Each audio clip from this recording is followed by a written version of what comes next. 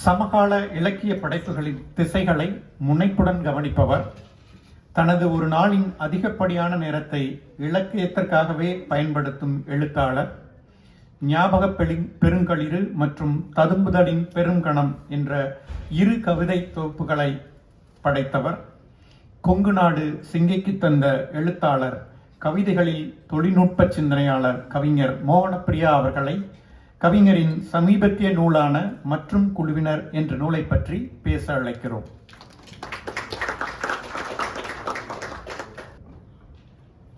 அனைவருக்கும் வணக்கம். கவிஞன் என்பவன் காற்றை விட மெலிதானவன், புனிதமானவன், இறகுகள் உள்ளவன். ஒரு உன்மத்த நிலை ஏற்பட்டால் ஒழிய அவனால் எதையும் படைக்க முடியாது. எழுத்தாளர் கிறிஸ்டோபர் கார்ட்வெல் அவர்களுடைய கூற்று இது. கவிஞர் யாழிசை மணிவண்ணன் அவர்களுக்கு இந்த சொற்கள் மிக சரியாக பொருந்தும். கவிதை எழுதும் கணம்தோறும் காற்றில் மிதந்து கொண்டே இருக்கக்கூடிய கவிஞர், அழகியல் கவிதைகள் நிறைய எழுதக்கூடிய கவிஞர். நாம் பார்த்து சலித்த அன்றாடங்களை மாற்று கோணத்தில் சிந்தித்து அதை புதிதாக பார்க்க வைப்பதில் வல்லவர். மிகவும் கனமானதொரு சிறு சொல் வீடு. இந்த சொல் முதல் அவரோட கவிதை புத்தகத்துல வாசிக்கும் பொழுது, இப்படியான ஒரு கவிதையை எழுதத்தான் ஒவ்வொரு கவிஞரும் தன் வாழ்க்கை முழுக்க முயற்சித்து கொண்டே இருக்கிறோம் அப்படின்னு எனக்கு தோணுச்சு. மற்றும் குழுவினர் என்ற கவிதை நூல் கவிஞர் யாழிசை மணிவண்ணன் அவர்கள் வெளியிட்டிருக்கும் 5வது நூல். மொத்தம் கிட்டத்தட்ட 113 கவிதைகள் அந்த தொகுப்புல இருக்கு. அலர் பதிப்பக வெளியீடாக வந்திருக்கிறது. மற்றும் குழுவினர் தொகுப்பை ஒட்டுமொத்தமாக நான் இந்த உரைக்காக மீண்டும் மீண்டும் ஒரு 2-3 முறை வாசித்தேன். அப்பொழுது இந்த தொகுப்பை நான் எப்படி ஒரு தொகுத்துக்கிறது, ஒரு தலைப்புகளுக்குள்ள அடைக்க முடியுமா அப்படின்னு யோசிக்கும் பொழுது, தொகுத்து எப்படி பார்த்துக்கிறதுன்னு பார்க்கும்போது, சுபா அவர்கள் சொன்னது போல எனக்கு அவங்க ஒரு புகைப்படம் மாற்றி மாற்றி பார்ப்பது போல இருந்துச்சுனாங்க. எனக்கு ஒரு கலைடோஸ்கோப் காட்சியை அடிக்கடி மாறும் இல்லையா, அந்த வண்ணங்கள் மாறுவது போல எனக்கு ஒவ்வொரு கவிதையும் ஒவ்வொரு பரிணாமமா எனக்கு தோணுச்சு. ஸோ அப்படி எனக்குள்ள நான் தொகுத்துக்கிட்ட சில கவிதைகள், எனக்கு பிடித்த கவிதைகளை நான் இங்க சொல்றேன். இவரோட கவிதைகளை பெரும்பான்மை அன்றாடங்களை பற்றிய கவிதைகளா இருக்கு, அல்லது இயற்கை சார்ந்த கவிதைகளா இருக்கு. அப்புறம் உறவுகள் சார்ந்த கவிதைகள். அப்புறம் எல்லா கவிஞர்களுமே தன்னோட சுயத்தை எப்படியாவது ஒரு பகுதியையாவது அந்த கவிதைகளுக்குள்ள படைப்புகளுக்குள்ள வச்சிருப்பாங்க. ஸோ இந்த கவிஞரும் தன்னோட சுயத்தை இந்த தொகுப்புல ஒரு சில கவிதைகள்ல வச்சிருக்காரு. அப்புறம் காதல், காமம் சார்ந்த கவிதைகள், அப்புறம் சமூகம், அப்புறம் அவரோட அரசியல் பார்வை, இது சில கவிதைகள்ல வெளிப்பட்டிருக்கு. முதல்ல அன்றாடங்கள் பற்றிய கவிதைகள்ல எனக்கு ரொம்ப பிடித்த கவிதை, அதாவது இறுதி வரியை நோக்கி போற கவிதையா இந்த கவிதையை சொல்லலாம். பொன்னார் மேனியனே, மூவிரல் தீட்டிய திருநீற்று பட்டை கண்டோம், உச்சியில் ஆவியாகும் ஆகாய கங்கை கண்டோம், நெற்றிக் கண்ணை திறந்து திறந்து நீவிர் அமுதை பொழிவது என்ன விந்தை, பெருவெங்கும் அருள் புரியும் தாமிர கொதிகலனே, எனக்கு ஒரு தேநீர் வேண்டும். அதாவது நம்ம ஒரு டீ கடையில ஒரு காப்பர் பாய்லர் கொதிச்சுட்டே இருக்கும். அந்த பாய்லர் சிவனோட கற்பனை பண்ண விதம் எனக்கு ரொம்ப பிடிச்சது. இனிமேல் நம்ம எந்த டீ கடைக்கு போனாலும் அந்த பாய்லரை பார்க்கும்போது யாழிசையோட கவிதை ஞாபகம் வரும். பொன்னார் மேனியனே சிவனும் ஞாபகம் வருவாரு. அப்புறம் இவரோட கவிதைகள்ல பேருந்து 2 இடத்துல வருது. ஒரு கவிதை இப்படி தொடங்குது. இருக்கை நிரம்பிவிட்ட பேருந்து பயணத்தில் அடுத்து தேட வேண்டியது ஒரு குழந்தையின் நெருக்கம். அதாவது ஒரு நிரம்பி வழிகிற ஒரு பேருந்துல நம்ம நின்று கொண்டே இன்னும் வெகு தூரம் போக வேண்டும் அப்படிங்கிற நிலைமை வரும்போது, நம்மளுக்கு அந்த கால் வலியை, நம் துயரத்தை மறப்பதற்கு ஒரு குழந்தையோட அருகாமை போதும் அப்படின்னு சொல்ற இடம் மிகச்சிறந்த இடம். ஒரு கோயிலுக்கு போனாலும் இல்லை எந்த இடத்துக்கு போனாலும் ஒரு குழந்தை நம்மளை பார்த்து சிரிக்கும் பொழுது நம்மளுக்கு இருக்கிற எல்லா துக்கமுமே பறந்துரும். அந்த இடத்துல நம்ம அந்த குழந்தையாவே மாறிடுவோம். ஸோ இந்த 4 வரியில அந்த இவ்வளோ அழகான ஒரு சித்திரத்தை கவிஞர் கொடுத்துருக்காரு. இன்னொரு இடத்துலயும் பேருந்து வருது. அங்க இப்படி சொல்றாரு, ஒரு ஓட்டுநர் தன்னை விமானியா குறிப்பிடுறாராம். ஸோ அந்த பேருந்துல பயணிக்கிற பெண்களை தேவதைன்னு சொல்றாரு.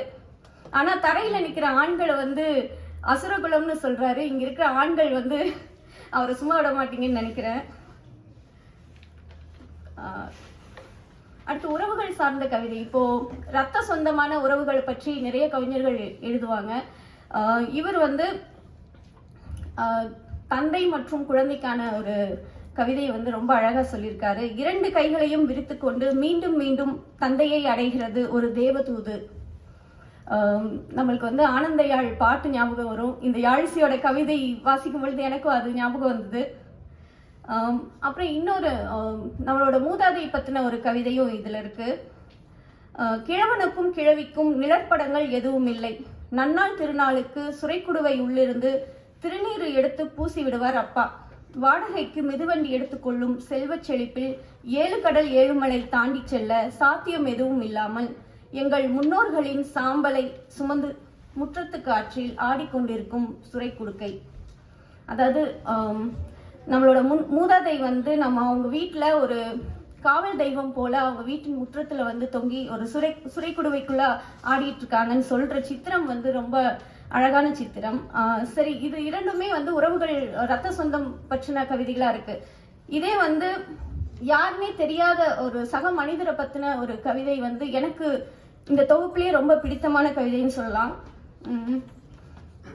பதின்மத்தின் கடைசியில் இருக்கும் யுவதி ஒருத்தி கேவும் அழுகையோடு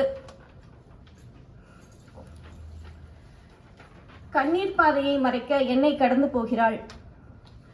நீருக்குள் நிழல் தேடி மீன் குஞ்சுகள் பதுங்கும் இந்த நண்பகல் நேரத்தில் அவளின் எதிர் அலைவரிசையில் கருணையோ அன்போ துளிர்விடும் எனும் நம்பிக்கை இல்லை. என் பொன் அந்தியே, இன்னும் எத்தனை தூரத்திற்கு அப்பால் நீ என்னை விட்டு விலகி இருப்பாய். அதாவது யாருன்னே தெரியாது ஒரு சின்ன பொண்ணு வந்து அழுதுட்டே போறாங்க. அது வந்து நல்ல நண்பகல் நேரம். அந்த பொண்ணுக்கு யாரும் சமாதானம் சொல்றதா, அந்த பொண்ணோட துக்கம் வந்து போறதா நம்ம எந்த அறிகுறியும் இல்லைன்னு அந்த கவிதையில சொல்றாரு. ஆனா இந்த கவிஞருக்கு வந்து இதுதான் கவிதை மனம். இலக்கியம் வந்து ஒரு சக மனிதனை நோக்கி நம்மை அன்பை செலுத்த திருப்புவதுதான் இலக்கியத்தோட முக்கியமான பணி. அந்த பணியை வந்து இந்த கவிதையில வந்து அழகா சொல்றாரு. அடுத்து கவிஞர் எல்லா கவிஞர்களுமே தன்னோட சுயத்தை வந்து இந்த கவிதைகளுக்குள்ள வெளிப்படுத்துவாங்கன்னு சொல்லுவாங்க. ஸோ இந்த கவிஞரும் சில கவிதைகள்ல வந்து தான் யார் அப்படிங்கிறத வந்து சில கவிதைகள்ல சொல்றாரு. எப்படியாவது தனக்கென ஒரு இடம் நிரந்தரமாய் பிடித்திடத்தான் அத்தனை பிரயத்தனங்களும். சறுக்கு விளையாட்டின் சாய் பலகை என நழுவிக்கொண்டே இருக்கிறது அந்த இடம். கவிஞர் திருச்செந்தாழையோட ஒரு கவிதை நினைவுக்கு வருது. எனது ஆசைகளுக்கு மிகச்சிறிய பட்டுப்புழுவின் உடல், ஆனால் அதை அடையும் வழிகளுக்காகவே இவ்வளவு பெரிய சிறகுகளை இவ்வளவு பரப்பிக்கொண்டு. அடுத்து கவிஞர் இன்னொன்னும் சொல்றாரு. அழுகிய பழங்களின் மறுபக்கத்திலிருந்து உங்களோடு பழகி கொண்டிருக்கிறேன். குறைந்த விலை என் எளிமை, அதீத மனம் நம் இடைவெளி அப்படின்னு சொல்றாரு. இன்னொன்னும் சொல்றாரு. பரிசுத்தமும் துளி நஞ்சும் என் இயல்பான தன்மைகள், தூய்மையின் குணங்களை சாயம் இழக்காமல் பாதுகாப்பதெல்லாம் அந்த துளி நஞ்சுதான் அப்படின்னு சொல்றாரு. ரொம்ப பரிசுத்தமா இருந்தா நம்மளை ஈஸியா ஏமாத்திடுவாங்க அப்படிங்கறதுனால அவர் அப்படி சொல்றாருன்னு நான் எடுத்துக்கிறேன். அப்புறம் கவிஞர் கிட்ட கேக்குறாங்க, நீங்க மாலுமியா இருக்க விருப்பமா இல்ல கவிஞரா இருக்க விருப்பமான்னு ஒரு கவிதையில கேக்குறாங்க. அதுக்கு அவரே பதிலும் சொல்றாரு. மாலுமியா இருந்தா அந்த கப்பல் வந்து கவிழ்ந்து போனாலும் எல்லாரும் இறந்தாலும் நான் கடைசியா தான் அந்த கப்பலை விட்டு வெளியே போகணும். ஆனா எனக்கு அந்த பொறுப்பு எனக்கு வேணாம். நான் வந்து கவிதையில இருக்கும் போதே நான் மிதந்து கொண்டே நடக்க முடியும். ஸோ நான் கவிஞரா இருக்கத்தான் விரும்புறேன் அப்படின்னு சொல்றாரு. அடுத்து காதல் சார்ந்த கவிதைகள் நிறைய எழுதியிருக்காரு. மாமரத்தை பற்றின கவிதைகள், மாம்பழத்தை பற்றின கவிதைகள் போன தொகுப்புலயே இருந்தது, இந்த தொகுப்புலயும் சில கவிதைகள் இருக்கு. அப்புறம் நுணா மரத்தின் மஞ்சனத்தி காய் எப்பக்கம் பார்த்தாலும் உன் கண்கள் போலவே இருக்குன்னு காதலியை நோக்கி சொல்றாரு. எனக்கு நுணா மரம்னா தெரியாது, மஞ்சனத்தி பழம்னா என்ன, காய்னா என்னன்னு தெரியாது. நான் போய் இணையத்துல தேடி பார்த்து அந்த காய் வந்து நிஜமாவே அதோட எல்லா பக்கமும் கண்கள் இருக்கிறது போலவே இருக்கு. நீங்களும் தேடி பார்க்கலாம். இன்னொன்னு, காதல் என்பது கண்டும் காணாமல் இருப்பது. காதல் என்பது கண்டும் காணாமல் இருப்பது. சில குட்டி குட்டி ஒரு 4 வரி கவிதைகள் மட்டும் நான் சொல்லிக்கிறேன். எல்லா உதடுகளுக்கும் வாசிக்க தெரியவில்லை மனித உடல் ஒரு துளை மூங்கில். அப்புறம் இன்னொன்னும் சொல்றாரு, முகடுகளையும் பள்ளங்களையும் நெருங்கி உன்னில் கண்ட பிறகுதான் ஊழல் என்ற சொல்லின் மீது ஒரு மரியாதை வருகிறதுன்னு சொல்றாரு. இன்னும் நிறைய காதல் கவிதைகள் இருக்கு, நீங்க தொகுப்புல வாசிக்கலாம். அடுத்து சமூகம் சார்ந்த கவிதைகள். இதுல எனக்கு ரொம்ப பிடிச்சமான கவிதைனா 250 கிராமை நிறுத்தும் போதெல்லாம் காணாமல் போய் விடுகிறது 50 கிராம் எடைக்கல். அந்த பொறுப்பை ஒரு சிறு உருளைக்கிழங்கில் சுமக்கிறார் காய்கறி கடைக்காரர். எந்த தவறுமே செய்யாத எடைக்கல் தட்டில் இருக்கும் உருளையை எல்லா கண்களும் சந்தேகப்படுகின்றன. அதாவது ஒரு 50 கிராம் எடைக்கு மாற்றாக ஒரு சிறிய உருளைக்கிழங்கை தராசுல வைக்கிறாரு கடைக்காரரு.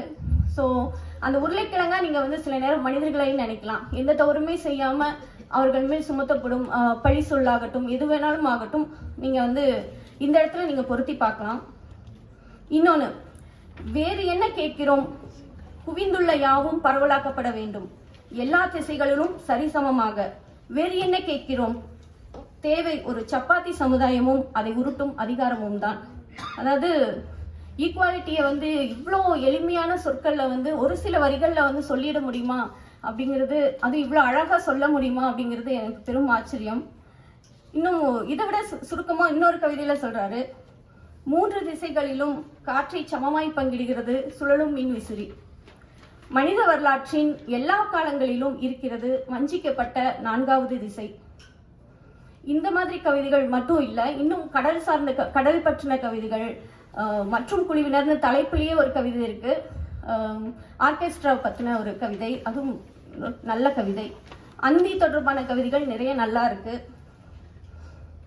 இதுல முக்கியமா எனக்கு அந்திய பத்தின கவிதைகள்ல எண் 23ஆம் பேருந்து எப்போ வரும்னு அம்மாவை கேட்கிறாரு. ஸோ அம்மா சொல்றாங்க அந்தி எப்போ வரும்னு அம்மாவை கேட்கிறாரு. அப்போ அம்மா சொல்றாங்க எண் 23ஆம் பேருந்து எப்போ நம்ம ஊருக்குள்ள வருமோ அப்போ அந்தி வரும் அப்படின்னு சொல்றாங்க. ஸோ எங்களுக்கும் இனிமேல் அந்தினா இனி 23ஆம் பேருந்து வரும் அப்படின்னு நினைச்சுக்குவோம். இசையோட கவிதை வரி ஒன்று இருக்கு, அந்தியை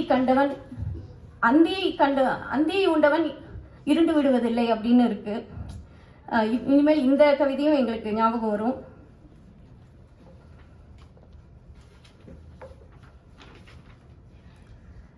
சரி, இப்போ சில மற்றும் குழுவினரில் இது மட்டும்தான் வருதா அப்படின்னா இல்ல. கடல் வருகிறது, அப்பா வருகிறார், காரை இழக்கும் வீட்டுச்சுவர் வருகிறது, சிகரெட்டாக பறக்கும் விமானம் வருகிறது, ஹீல்ஸ் போட்டு ஜீப்ரா கிராசிங்கில் நடக்கும் யுவதி பியானோவின் இசையை நம்மளுக்கு தர்றாங்க. ஸோ இசையும் வருகிறது. எண் 69இல் காதலின் வன்முறையை கூறும் அண்டர்டேக்கர் வருகிறார், செங்கல் சுமக்கும் சித்தாள் வருகிறாள், நவகிரகத்தில் வைக்கப்பட்ட முல்லைப்பூ வருகிறது, கூடவே சிரிக்கும் கத்திரிக்கோளை காத்திருக்க சொல்லி திறப்பு விழா ரிப்பனில் ஒய்யாரமாய் பவனி வரும் எறும்பு கூட வருகிறது. தத்துவம், சுயம், காதல் மற்றும் சமூகம் என பல்வேறு விதமான கவிதைகளை கொண்ட யாழிசையின் கவிதைகள் இன்னும் ஆழங்கள் செல்ல வேண்டும்.